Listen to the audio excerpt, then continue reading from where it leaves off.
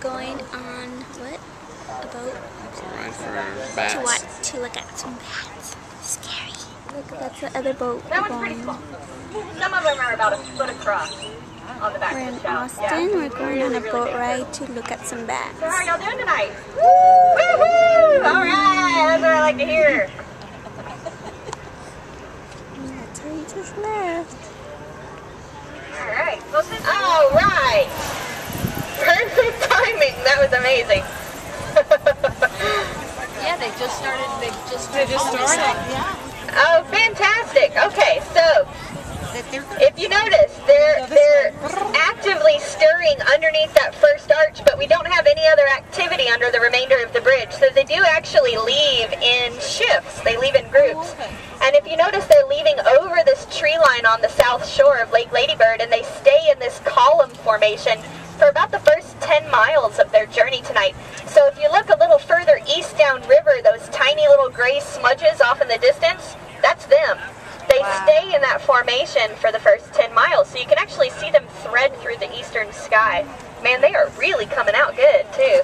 Now in 1980, when they finished those expansion gaps, like I said, the Mexican free-tailed bat, which is this bat species, was already prolific here in the city of Austin. And they found these gaps. It was perfect for them, and they immediately started moving in. By about 1983, this bridge was at maximum capacity, which is 750,000 adult Mexican free-tail bats, which is what we're witnessing tonight, 750,000 Mexican free-tail bats. They left a little early. Now, if they leave from other spots along the bridge, they will always try to hook back into that main stream that's on the south end of the bridge. Oh, fantastic. Wow, look at that. The original colony, like I said, is 750,000. In 1983, the tax-paying population in the city of Austin was 300,000. There were all of a sudden in the early 80s. Oh, this is beautiful. Y'all picked such a good night to come. Look at the sunset. And the sunset's beautiful, and the temperature seems to drop 10 degrees when it's gone. Look at them. Oh, that's just beautiful. And if I'll stop talking for a second, you can even hear their wings move. Oh, yeah.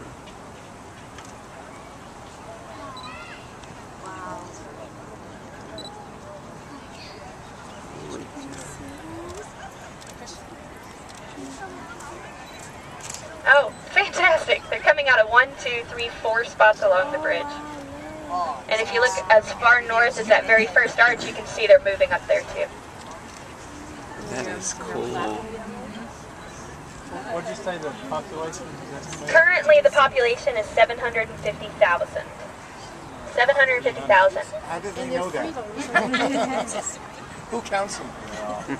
Who counts them? Bat Conservation International.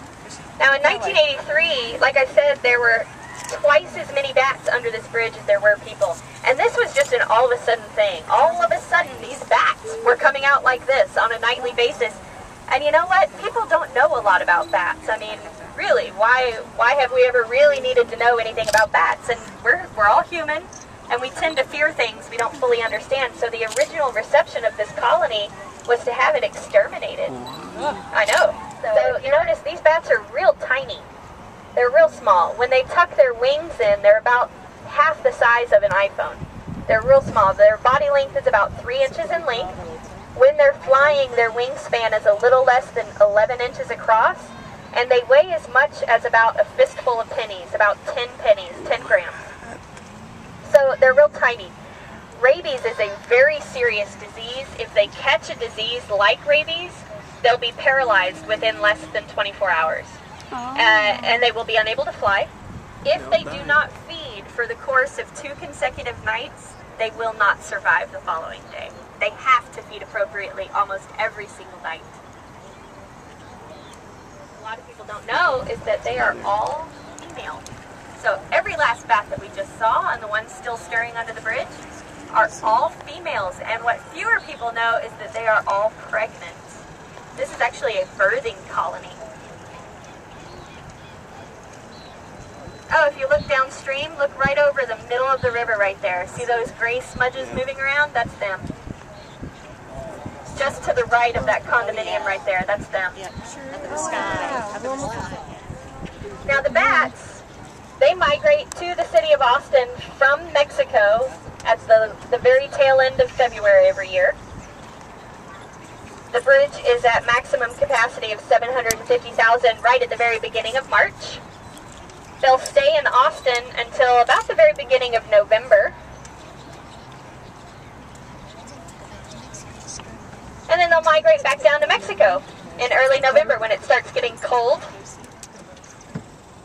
Of those bat species, 85% of bat species worldwide will feed on insects only. The Mexican free-tailed bat is one of those insectivore species. They feed on flying insects, so when they take off tonight, each and every bat will feed on up to its body weight in insects.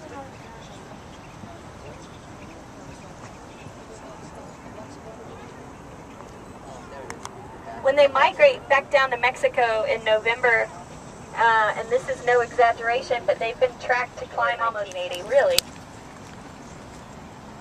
Maybe that's why nobody was moving here then. What time do they come back in the morning? They come back in the morning either when they've had their fill, so they'll be out for approximately 7 hours tonight. So they either come back a little bit before that. If they're a good hunter and they feed quickly, then they'll come back earlier. But they will all come back about 30 minutes before sunrise. That's a very good question. They tend to come back in small clusters. They don't have a big, it's not a big spectacle in the morning like it is right now.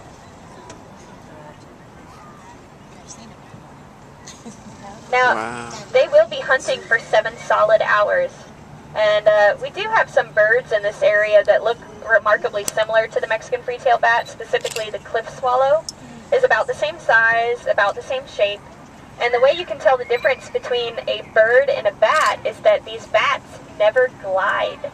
So a bird will stop flapping its wings from time to time and take a break, and it'll kind of glide along. And a bat never glides. It will never stop flapping its wings. So in the next 7 hours, these bats will not land. They will not rest. They will not stop. So they have to endure 7 hours of constant movement in order to feed. And, I mean, that takes a whole lot of energy for such a tiny creature, so that's why it's so incredibly imperative that they feed appropriately every night, because it takes so much energy to actually hunt each and every night. And then they have to come back to the bridge, find their baby, nurse their baby, take care of the baby, and then they'll go and roost and rest.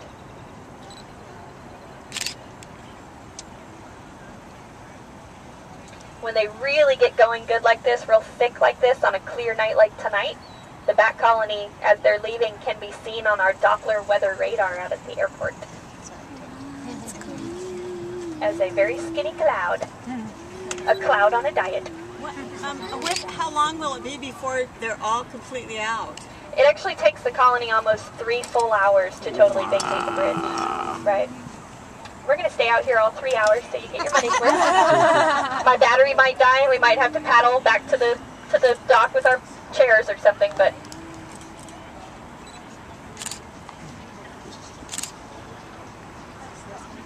so the baby bats at the end of the nursing period have no more connection to the mother, or I guess I should reverse that. When the mothers are done nursing, they are done. Like, that is the end.